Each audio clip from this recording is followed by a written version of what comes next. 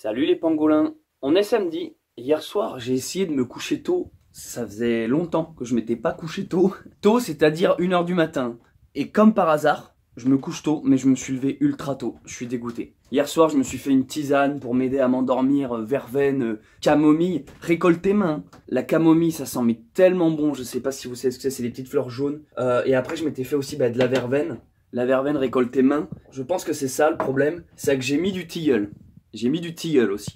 Alors le tilleul, pour les connaisseurs, en fait, l'arbre qui a dessus la table ou dessus laquelle je fais souvent tout en fait, ma cuisine, mes exos sportifs, la table de dehors, extérieur, elle est sous un tilleul. Donc c'est ce tilleul là qui me fournit mes feuilles que je fais sécher.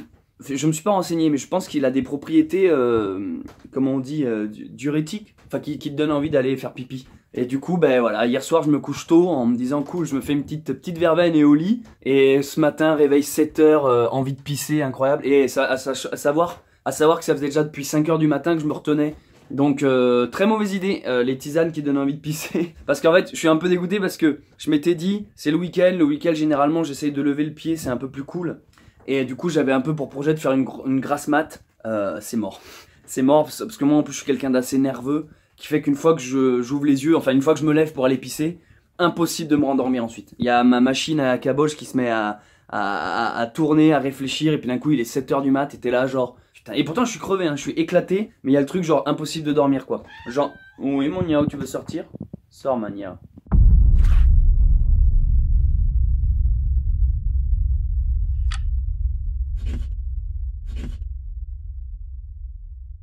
Du coup, là c'est le week-end, je vais y aller un peu plus cool. Je vous cache pas que là, je vais être franc avec vous, je vais jouer carte sur table. Je commence à payer les 5 semaines de confinement. Enfin, c'est pas d'être confiné le problème, c'est que c'est d'être dans le rythme que je me suis imposé. Une vidéo par jour, franchement. Tu vois, là, par exemple, je sors mon téléphone portable, comme vous pouvez le voir dans la glace derrière. Je sors mon téléphone portable, je filme, pam, je coupe. Si je balance ça en ligne, ça serait réglé. Mais moi, c'est pas ce que je fais. Je fais plein de plans, plein d'images toute la journée. Le soir, je mets tout sur l'ordi qui est ici. Et après, je monte jusqu'à des 3-4 heures du mat, je m'explose les yeux. Et là, si vous voulez...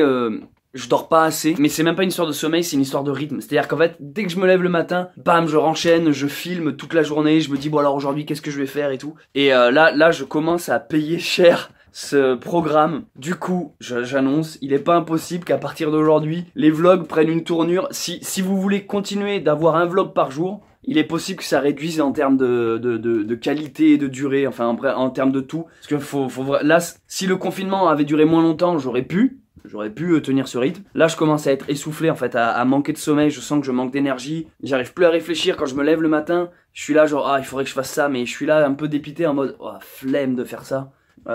Donc là, tu vois, si ça commence à devenir un effort et non plus un plaisir, c'est qu'il faut que je lève le pied. Donc voilà, je le dis là, je sais pas l'allure que vont prendre les vlogs, mais parce que j'ai pensé à tout ça, je me suis dit mais alors peut-être qu'il faudrait que j'arrête de sortir un vlog par jour, et peut-être que je fasse un vlog tous les 2 jours, ou... Mais non, parce que je pense que l'intérêt de cette chaîne Bunker Sauvage, c'est justement la vidéo tous les jours. En fait, c'est ça qui fédère, c'est ça qui fait que vous êtes au rendez-vous tous les soirs, c'est ça qui moi me motive aussi. Quand j'ai une deadline, je me dis bah ce soir 20 h nouvelle vidéo. C'est tout un processus qui fait que ça crée quelque chose de vachement spontané et au quotidien. Vous laissez des commentaires, bam, je peux réagir, bam, le lendemain les conseils ont été appliqués, tac tac. Et en fait, on évolue ensemble. En fait, quand je dis mon jardin depuis plusieurs vlogs où je fais mon jardin, c'est pas mon jardin, c'est notre jardin, c'est le jardin de tout le monde, de toute la communauté. Par exemple, il y a quelqu'un dans les commentaires qui m'a dit ah Céleste, tu devrais faire un épouvantail et à lui donner le nom, je sais plus comment, oui, l'appeler coronavirus, je sais pas quoi. Et tu vois, c'est des petits trucs tout cons, mais c'est des trucs auxquels j'aurais pas pensé. Il dit ah ouais, ça peut créer un truc sympa, un petit épouvantail, ça pourrait être sympa et tout. Et en fait,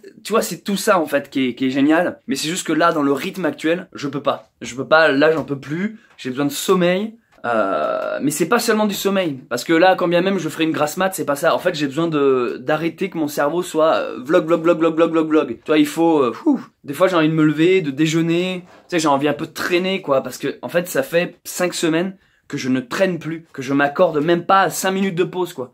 Même pas le temps d'appeler les proches. Je veux dire, j'ai une rupture à digérer, j'en ai pas fait le deuil. Je suis parti directement dans les vlogs et je vais avoir un retour de bâton un de ces matins. Je vais être là genre, mais merde, au fait, je suis seul.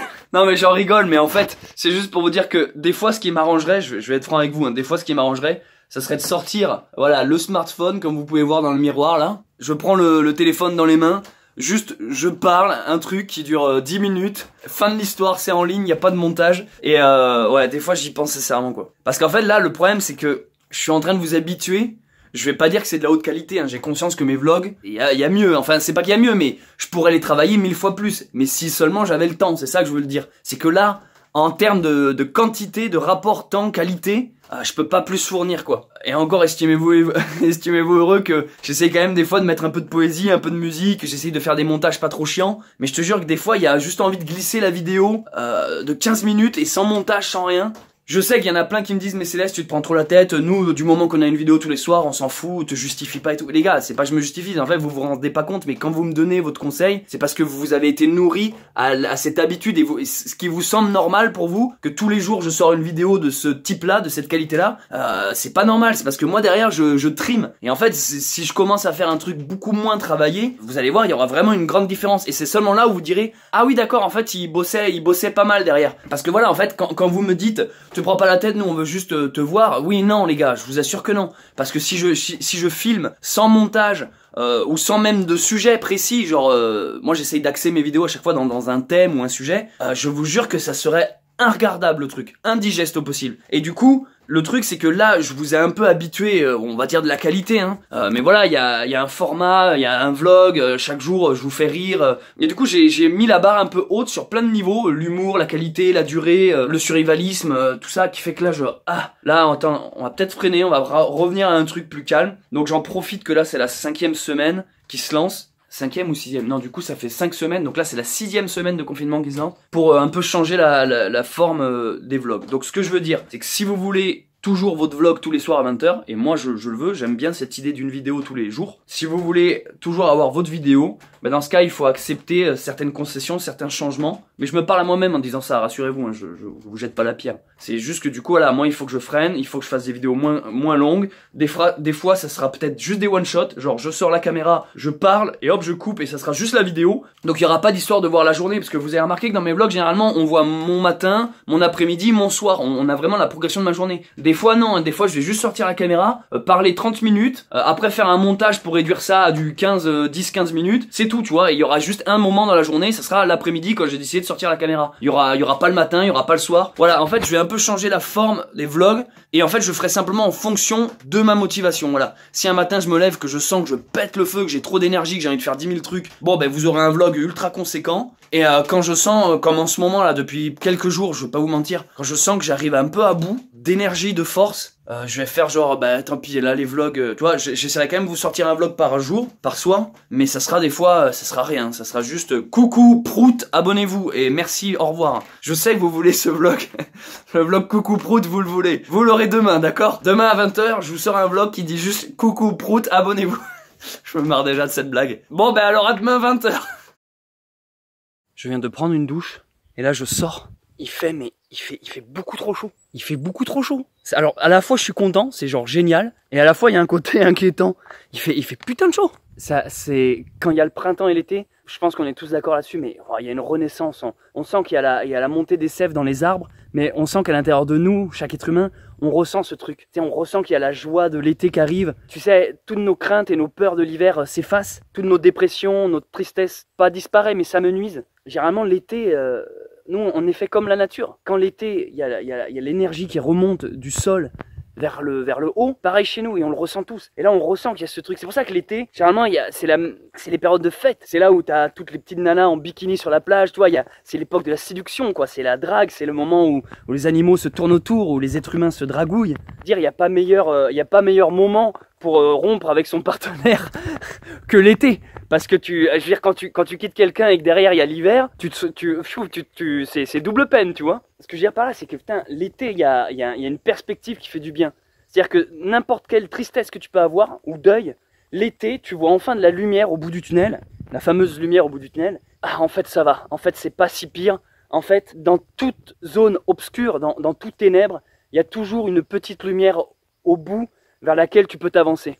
Et je crois que l'été, c'est ça qui est très agréable, c'est qu'en fait, il y a une lueur d'espoir qui nous anime, qui nous fait tous du bien.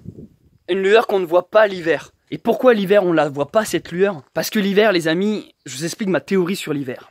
Pourquoi l'hiver c'est là où il y a les plus gros cas de suicide, de dépression. Généralement c'est en hiver aussi que les boomers, non, que nos doyens, que les anciens décèdent. C'est souvent l'hiver quoi qui tue tout le monde. C'est parce qu'en fait intérieurement les êtres humains, on est des mammifères et comme tous les animaux, en hiver on est censé hiberner. En vrai, en hiver on doit faire comme l'ours, on doit rentrer dans nos grottes, dans nos cavernes et plus bouger.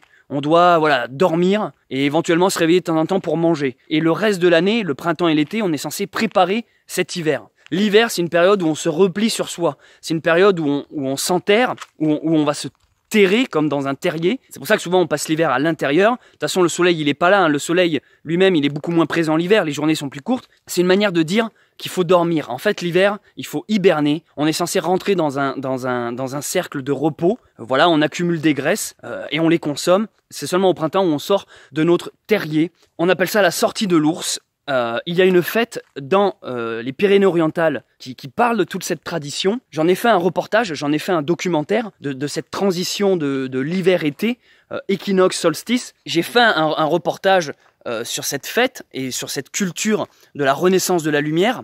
On retrouve ça dans beaucoup de traditions, chez les Celtiques, chez les Gaulois, dans l'Empire romain, dans le christianisme, même dans le judaïsme. Ce que les gens appellent la chandeleur, la fête des chandelles, la fête des lumières, c'est ce truc de la bougie qui revient à la vie.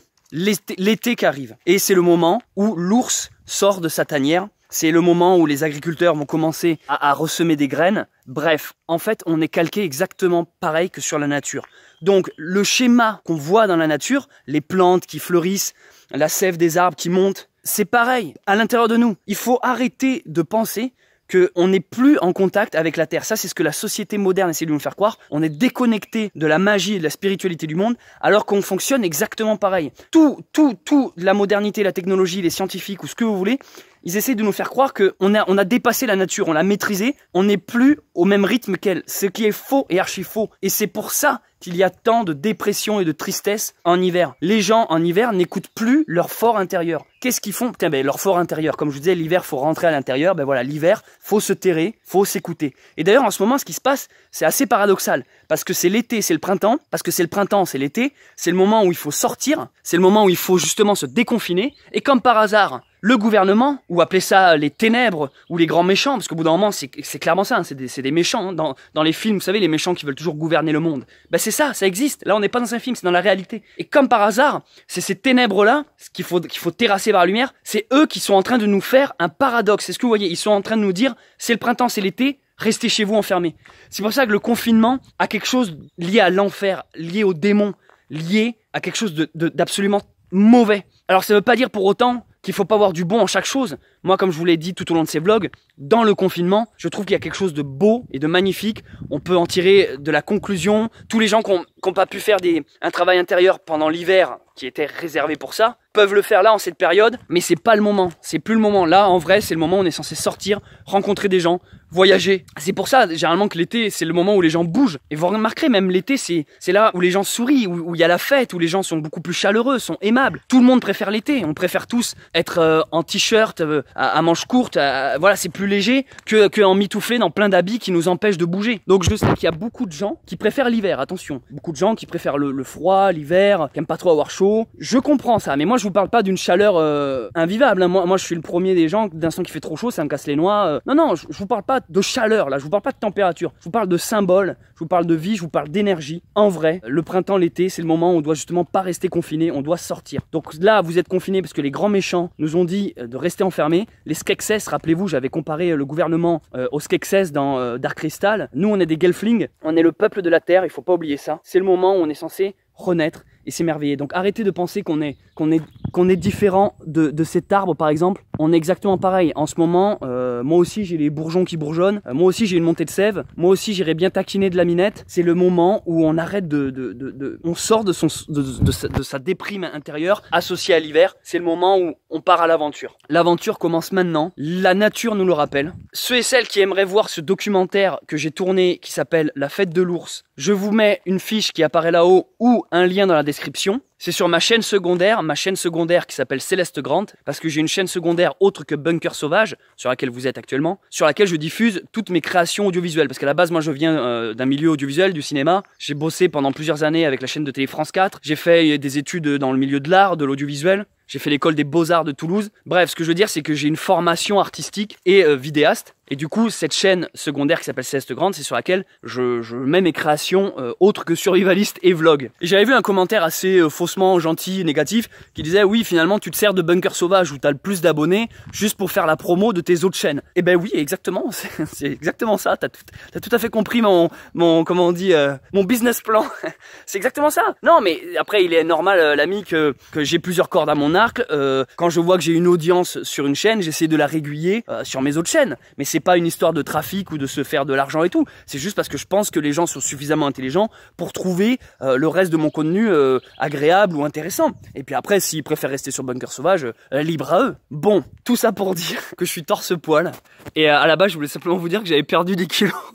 C'est tout, j'avais juste allumé là. Je viens de me peser. Je suis descendu à 67 kilos. J'en faisais, écoutez bien, j'en faisais 72. Je pesais 72 kilos, 67. J'ai perdu 5 kilos, ouais, 5 kilos.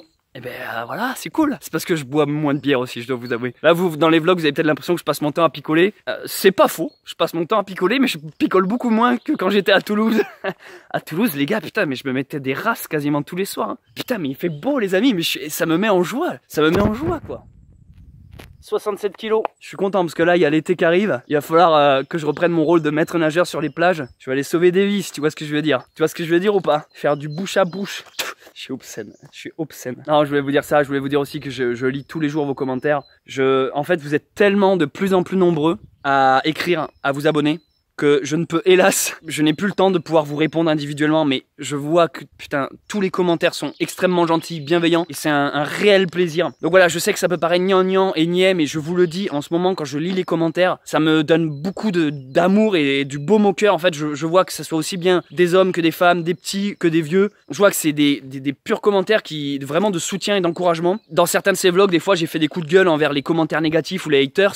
C'est parce que, voilà, je sais que ça vous fait rire quand vous me voyez être sanguin et venir un peu casser quelques dents. À l'époque, avant de faire des bunkers sauvages, ma chaîne, j'avais une playlist qui s'appelait Grain de sel et c'était des dramas où je faisais du clash, si vous voulez. C'est pas la meilleure des idées que j'ai eues, je suis d'accord avec vous, mais en tout cas, c'était une des plus drôles. Les gens aiment beaucoup le sang et la négativité. Et du coup, quand je faisais des vidéos où je rentre dans le lard, ça vous faisait marrer. Et bon, des fois, je vous cache pas qu'il y a des relents de ça parce que quand il y a un truc qui m'emmerde, tu vois, je le dis. Ça a pas toujours été à mon avantage. Hein.